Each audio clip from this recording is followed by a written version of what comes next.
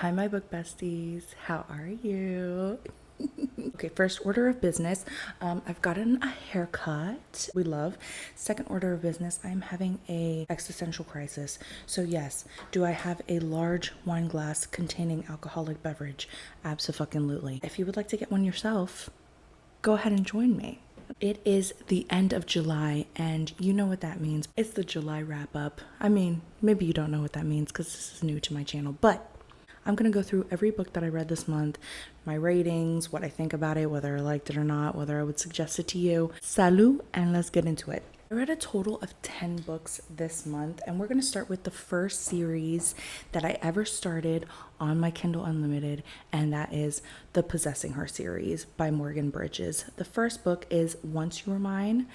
The second one is Now You're Mine. So this story follows Hayden and Callista, I believe. It's a dark stalker romance. Without giving away too much, Hayden unalives Callista's father, and basically he becomes obsessed with Callista. He's got to have her, but problem being he unalived her father. You know what I'm saying? Like that's a big relationship hurdle to get through.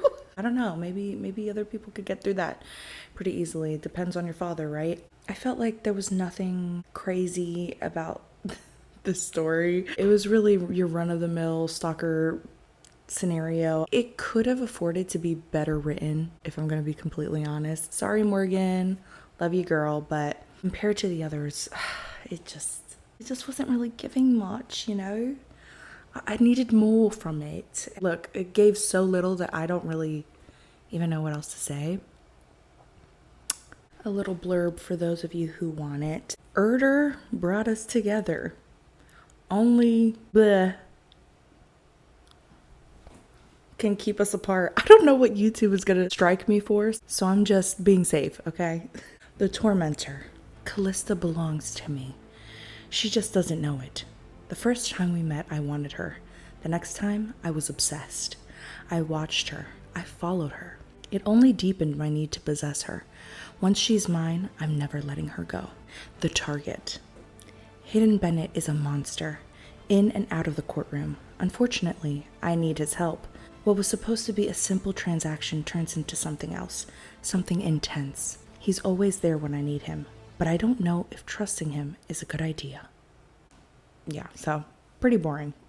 I'm gonna go ahead and rate it a 3. I obviously finished the book, so it was decent, but I just feel like nothing really stood out. I did enjoy it when I read it. It's not gonna blow your socks off, but if you're bored, Possessing Her series right there for you. Next we have Haunting Adeline and Hunting Adeline. I've already done reviews and a book vlog on both of those, so if you want to go ahead and check that out. I'm not going to say too much because again, I said everything I needed to say, but I will give you my rating. So Haunting Adeline is going to get a 3 for me. I'm sorry, but I just feel like the plot was all over the place in the first book. I loved certain scenes. Knowing H.D. Carlton's writing, I feel like not her best work, but it was still fairly decent, right? Hunting Adeline is a 4. I thoroughly enjoyed it. There were still some things that I was like, For example, right? They had a conversation about Claire. And if you don't know who Claire is, then go just watch the video. Towards the end, they had a conversation and it kept going back and forth on whether they've had a conversation about Claire or they didn't, but then they did have a conversation, and then later it was like they hadn't had that conversation. It was so confusing. I don't even know how to explain it. Quick little blurb of Haunting Adeline. The manipulator. I can manipulate the emotions of anyone who lets me. I will make you hurt, make you cry, make you laugh and sigh. But my words don't affect him, especially not when I plead for him to leave. He's always there, watching, waiting, and I can never look away. Not when I want him to come closer. The shadow. I didn't mean to fall in love, but now that I have, I can't stay away. I'm mesmerized. Oh my god, why was it so hard to say that word? Whoop. By her smile, her eyes, and the way she moves, the way she undresses. Okay, bitch. I'll keep waiting and waiting until I can make her mine. And once she is, I'll never let her go. not even when she begs me to. That's Zaddy for you. So this is the blurb for Hunting Adeline, which I absolutely love. The diamond. Death walks alongside me, but the Reaper is no match for me. I'm trapped in a world full of monsters dressed as men, and those who aren't as they seem. They won't keep me forever. I no longer recognize the person I've become, and I'm fighting to find my way back to the beast who hunts me in the night. They call me a diamond, but they've only created an angel of death. The Hunter. I was born a predator, with ruthlessness engraved in my bones. Oh, ingrained. My bad. The lick of hitting a little bit. When what's mine is stolen from me in the night, like a diamond hidden within a fortress, I find that I can no longer contain the beast. Blood will paint the ground as I tear apart this world to find her, and bring her back to where she belongs. No one will escape my wrath, especially not those who have betrayed me. Next is Credence by Penelope Douglas. I'm gonna give it a 3.5. I liked it at first, and then the more I kept thinking about it, it's just like, I don't know. Like, I don't know how I feel, you know? So that's how I feel. I did an entire video breaking down the book and going scene by scene. The spicy scenes were great. They were just so great to me. But at the same time, I can kind of see where people were like, okay, this book just drags on. So that's why I gave it a 3.5, because it's like, it's almost a 4. But it really did drag. When I was starting to break down the book, I realized that like nothing really happened. We're in one setting, one house, just these characters. Maybe there's like a total of 5 characters, maybe 6. That's it. Like, there's not a lot going on. Whereas like Haunting Adeline, the plot was everywhere and it was all just too much. Credence gave me nothing. So it's like, be careful what you ask for, right? But I will definitely be reading some more Penelope Douglas's work because I did like her writing style. Next on my list is definitely Kill Switch. Let me know if you've read it in the comments. I need peer pressure.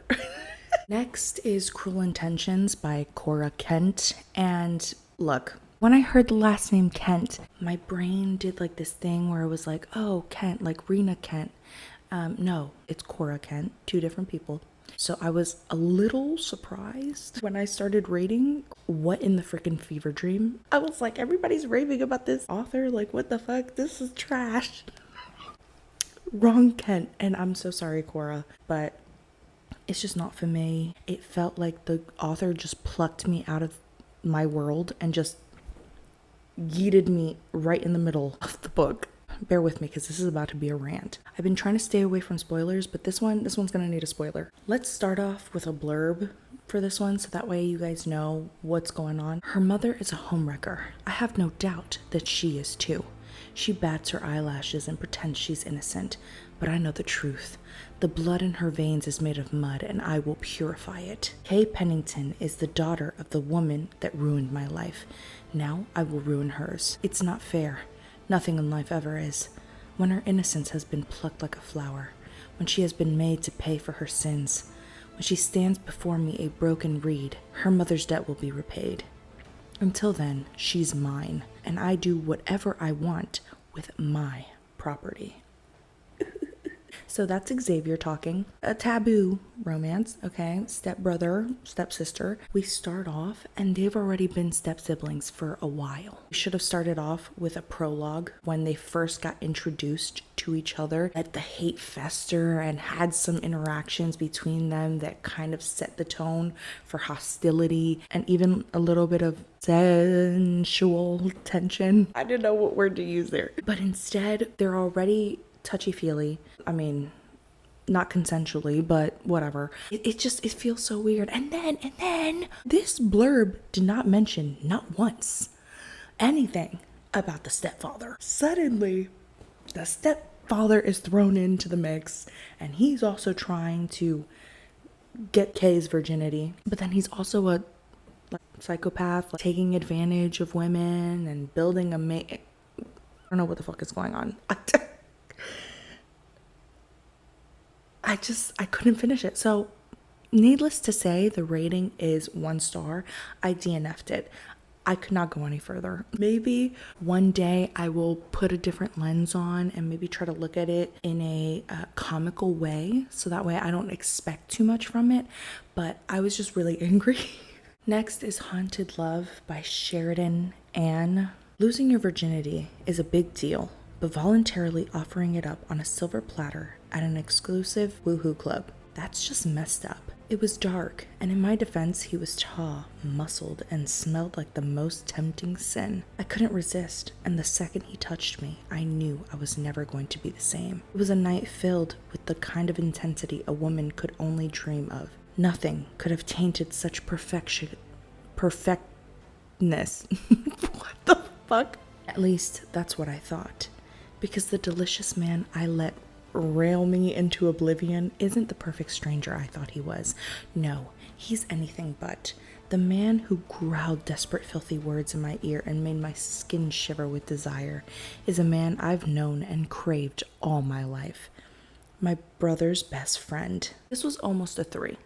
Possibly even a 3.5. I think the book was really fun. Like, it had a fun concept, but towards the end, she rushed it. There were multiple things that should have happened, and it kind of just started to feel like they were cut short because she was kind of overriding the book. Brother's best friend, Isaac. Okay, I don't understand. I don't get why she's upset. When she finally found out that it was him, it was like some crazy betrayal, and she just hated him. And I was just like, why?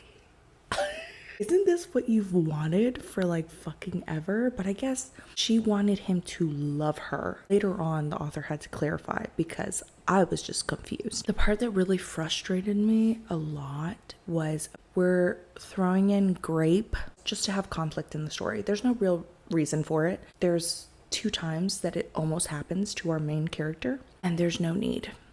There's no need. The other thing that really irritated me was there was a moment to have some really juicy conflict. The character was brought in for seemingly no freaking reason. His name was Harrison. Really cute, apparently. And our main character, I forgot her name. Our main character, she meets him and gets his number, and then her and Isaac get into a fight. She calls up Harrison and she's like, hey, let's go on a date. And he agrees. That should have been something that was followed through, and then maybe they actually got together. And because Isaac's always over at family events, if she brought Harrison, you know what I'm saying? Do you get the vision? Do you get the vision? There would have been tension. It would have been great. But no, instead, the Grape was brought up. Isaac had to save her, and now they've made up, and she canceled her date with Harrison.